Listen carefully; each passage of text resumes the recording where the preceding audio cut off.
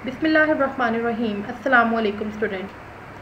माशरती उलूम class 4 lecture number 15 सफ़ा number 16 सबक नंबर 5 है इखलाकी ज़िम्मेदारियाँ। स्टूडेंट्स, हमने अपने पिछले दोनों लेक्चर्स में अपने इस चैप्टर को कवर किया था। इखलाकी ज़िम्मेदारियाँ हमने पढ़ा था कि इखलाकी ज़िम्मेदारियों का मतलब क्या है, कौन कौन सी ऐसी चीज़ें हैं जिनको हम रखते हुए अपनी इखलाकी ज़िम्मेदारियों का ख्याल रख सकते हैं। तो हमने देखा कि हमें किस तरीके से औरतों के साथ, मज़दूरों के साथ, ख़वातीन के साथ, अक़लियतों के साथ, पड़ोसियों के साथ, मेहमानों के साथ हमें किस तरीके से सलूक करने का दर्स दिया गया है।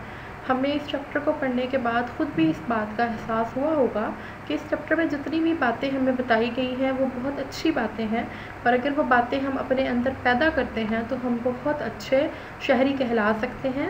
हमें सब लोग अच्छा समझेंगे, हमारी इज़्ज़त करेंगे और हमारे बारे में यही कहा जाएगा कि ये बच्चा या ये बच्ची कितनी अच्छी है। तो लिहाजा इन सब चीज़ों का हमें ख्याल रखना चाहिए और बुरे बच्चों की तरह बिहेव नहीं करना चाहिए, बल्कि हमें अच्छे बच्चों की तरह बिहेव करना चाहिए और हमें अच्छी चीज़ें अपने अंदर पैदा करनी चाहिए। अगर हम बचपन ही से अच्छी आदतों को अपने अंदर पैदा करेंगे तो हम बड़े होने के बाद भी उन आदतों को साथ लेकर चल सकेंगे और अच्छे शहरी कहलाएंगे। अगर हम बचपन में अपनी आदतों को अच्छा नहीं करेंगे, अपनी आदतों का ख्याल नहीं रखेंगे, तो बड़े होने के बाद हम उन्हें बदल नहीं सकेंगे। हमारी वो आदतें हमारे अंदर पुख्ता हो जाएंगी, हमेशा हमेशा के लिए हमारे साथ रहेंगी। तो लिहाजा कोशिश यही करनी चाहिए कि रोज़ बेशक एक अच्छी आदत अपनाएं, लेकिन अपने अंदर अच्छी बातों को ज़रूर पैदा करें। तो चलें हम इसकी मशक़ को हल करते हैं। खाली जगह पुर करें। हमें डैश के साथ मुहज़्ज़ब तरीके से पेश आना चाहिए। मेहमानों, हमें दूसरों को डैश नहीं समझना चाहिए। कमतर, बीमार और डैश लोगों की देखभाल हमारी इखलाकी ज़िम्मेदारी है। माज़ूर, ज़रूरत पड़ने पर डैश की हर मुमकिन मदद करनी चाहिए।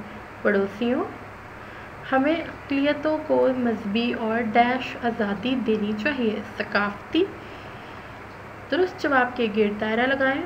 गुफ्तगू के दौरान अल्फाज इस्तेमाल करने चाहिए। शुक्रिया और मेहरबानी के। मजहबी और सकाफ़ती आज़ादी देनी चाहिए। अक़लियतों को किसी को गलती करता देखें तो करनी चाहिए। लापरवाही या इस्लाह करनी चाहिए। अपनी हैसियत के मुताबिक तवाज़ुह करनी चाहिए। मेहमानों की, मुलाजिमों की, मेहमानों की, ख़वातीन के साथ हमारा रवैया होना चाहिए बदतमीज़ी का या शाइस्तगी का, तो शाइस्तगी का होना चाहिए। हमें दूसरों पर नहीं करनी चाहिए तनकीद या नरमी। तनकीद का मतलब हमने पढ़ा था कि तनकीद का मतलब है कि किसी पर रोक टोक करना, बार बार उसके ख़िलाफ़ बात करना या उसको किसी काम से बार बार रोकना या उसके ऊपर बुरी बातें कहना, ये सब तनकीद में आता है। दुरुस्त जुमले के सामने टिक और गलत के सामने क्रॉस लगाएं। हमें दूसरों पर तनकीद करनी चाहिए। क्रॉस, हमें ख़वातीन का एहतराम करना चाहिए। टिक, हमें मुलाजिमों से सख्ती का बर्ताव करना चाहिए। क्रॉस, मुआशरे में रहने वाले हर शख्स की कुछ ज़िम्मेदारियाँ होती हैं। टिक, हम इखलाकी ज़िम्मेदारियाँ पूरी करने के पाबंद हैं। टिक, हमें अक़लियतों को इनकी इबादत इनकी मर्ज़ी से करने का हक़ देना चाहिए। टिक, मुतअद्दिद लोगों के हवाले से हमारी क्या इखलाकी ज़िम्मेदारियाँ हैं।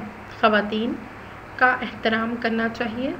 अक़लियतों को मजहबी और सकाफ़ती आज़ादी देनी चाहिए। बीमार की देखभाल करनी चाहिए। बुज़ुर्ग को सड़क पार करने में मदद देनी चाहिए।